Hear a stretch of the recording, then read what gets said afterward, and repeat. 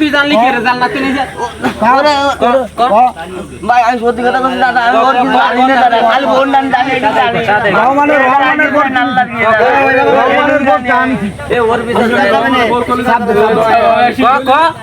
ক ভাই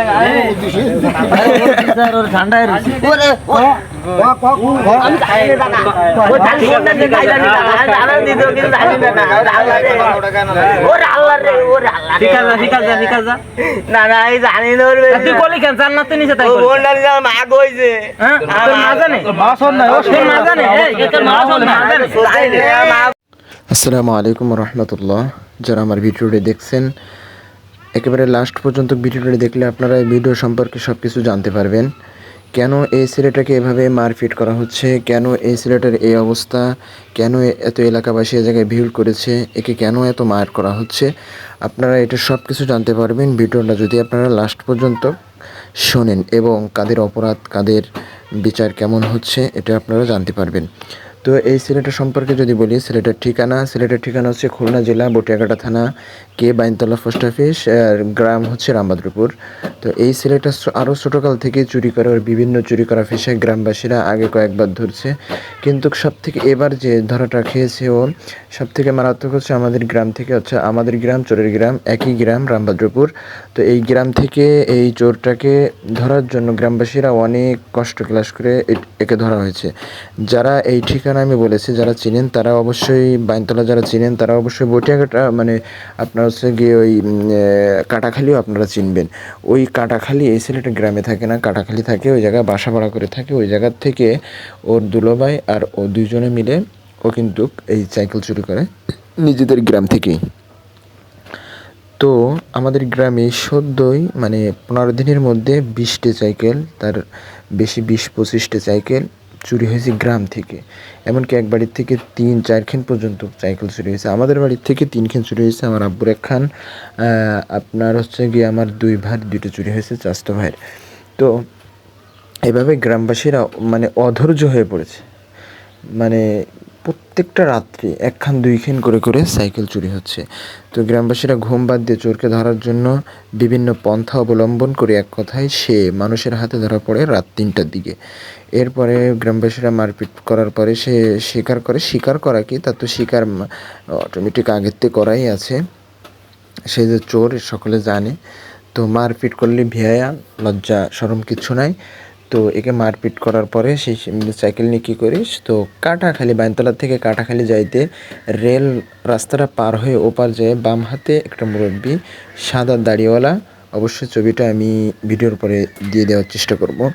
সাদা দাড়িওয়ালা ওই মুরব্বিটা, উনি লোয়ার মানে ভাঙ্গাড়ির ব্যবসা করে, ওনার গ্যারেজও মনে হয় আছে কাটাখালি, অতটা জানি না।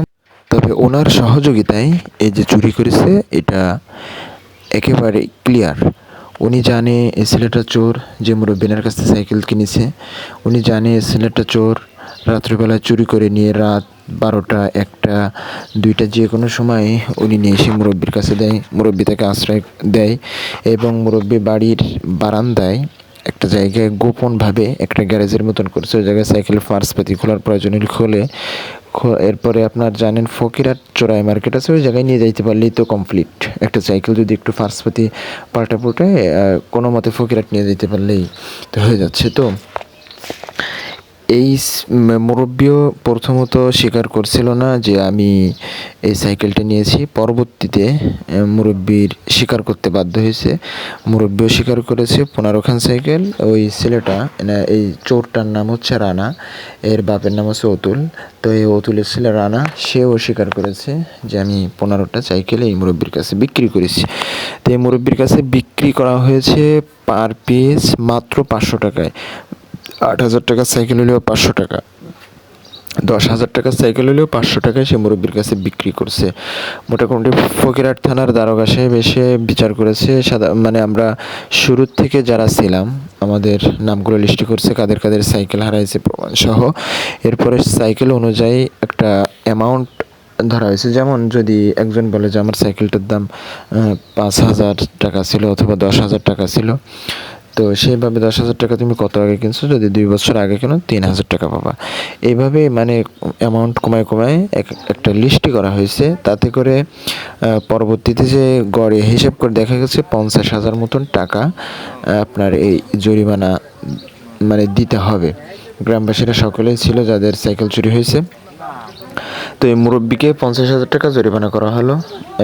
লম্বা ঘটনা, মুরব্বি অনেক বাহানা করেছে, অনেক প্রকারের কথাবার্তারা। এই মুরব্বিটাকে আপনাদের চিনে রাখতে হবে।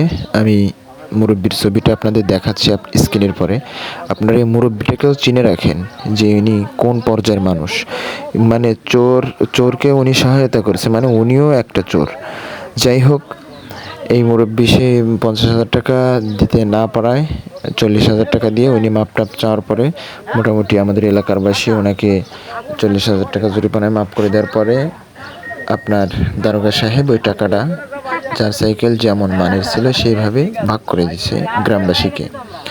তো এই হচ্ছে আমাদের গ্রামের অবস্থা। এই ছেলেটা যত তওবা পড়ুক, যত যা করুক, কয়েকবার ধরা পড়েছে। কোনোভাবে ভালো হওয়ার এর কোনো রাস্তা নাই। দেখেন কি অবস্থা, ছোট একটা ছেলে, মানুষ মারতেছে, গালিগালাজ করতেছে, কত প্রকার। কেন? এ যদি লেখাপড়া করতো, এ যদি ভালো পথে চলতো, তোমার মতন ছেলে, এর মতন ছেলে কত জায়গায় ভালো একটা চাকরি করতেছে, লেখাপড়া করতেছে, সম্মানের পাত্র হয়ে ঘুরে বেড়াচ্ছে। আর এর অবস্থা, একে আপনারা দূর দূরান্ত বাংলাদেশের যে কোনো জায়গায় দেখতে পারেন। এর চেহারাটা আপনারা দেখে রাখেন। ও গ্রামে দেখতেছে যে পারতেছে না, ও বলছে আমি ঢাকার দিকে যাব। আমার ভিডিওটা ঢাকার থেকেও যারা দেখছেন, একে যদি কোথাও পান, একে প্রশাসনের হাতে দিবেন। বাকি হচ্ছে যে আমরা গ্রামবাসীরা প্রশাসনের হাতে দিই নাই, মামলা দিতে হবে। মামলা দেবে কে? মোটামুটি ওকে ছেড়ে দেওয়া হয়েছে। ও বলছে যে ভালো হয়ে যাব। মারপিট যথাসম্ভব গ্রামবাসীরা মারপিট করেছে, গণমারপিট হয়েছে কিছু। বিশ্বাস হয় না যে ভালো হয়ে যাবে। তো আপনারা যারা আমার ভিডিওটা দেখছেন, বেশি বেশি করে শেয়ার করুন এবং তাকে যে জায়গায় দেখবেন, আপনারা যদি খারাপ কিছু দেখেন, সাথে সাথে প্রশাসনের কাছে ধরাইয়া দিবেন। এই ছেলেকে আপনারা ভালো করে দেখে রাখেন। এবং এর সংক্ষিপ্ত একটা ইতিহাস আমি আপনাদের সামনে বললাম। এর আরও ইতিহাস আছে, যেহেতু আমাদের গ্রামের ছেলে, এর আরও ইতিহাস রয়েছে। এই আমার ভিডিও যারা দেখতেছেন, এই যে মুরব্বি আমাদের মেম্বার, সাবেক মেম্বার। তোর মা জানে কি?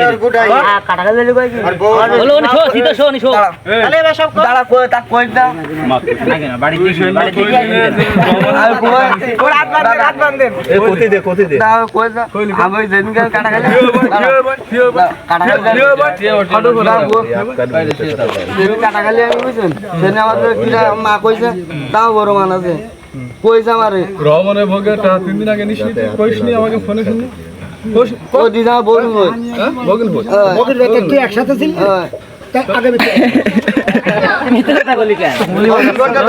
আমি একসাথে যাচ্ছে ওরে ভাইবো, আমাকে ভাইবো এ দাও দিন বাবু এ দাদা সাইকেল না টাকা দিয়া লাগবে না, তুই ক টাকা দিয়া লাগবে না সত্যি কথা কই একটু কই আগে না বলি কেন এই কে সাইকেল আউটা দাঁড়ি ভাই বেটা দেন গো আই যাও কো আমাকে কাল দিতে শিখা সব করছি আমি তার লাল দেখো আমার সুরাটা গুহালে সব করছি তুই দেখ আমাকে সাইকেল ফোন দিবি। দেখি কান দিছিস না সব এ নিয়ে এ তালি করি কেন দাঁড়া দাঁড়া এই শুনেন এই কুরবান করে দেইলো না যে আপনি করিছে কি পাল ভাড়া আমার থেকে নিলি সাইকেল চালাতে প্রথম কলি কাজ নাম কালি কেন এই ছুরি দিন একদিন আগে নিলি ভাই আমি একটা কথা কই শুনো, ফোনার কান ও কইছে আন্দাজ ওর গুনাহ আছে যে কান আমি মনে থাকে ওর তাহলে প্রতিবার কোন ওখানে বেশি নিতে তাহলে এই লোকগুলো কেন এটা তো মনে থাকে ওর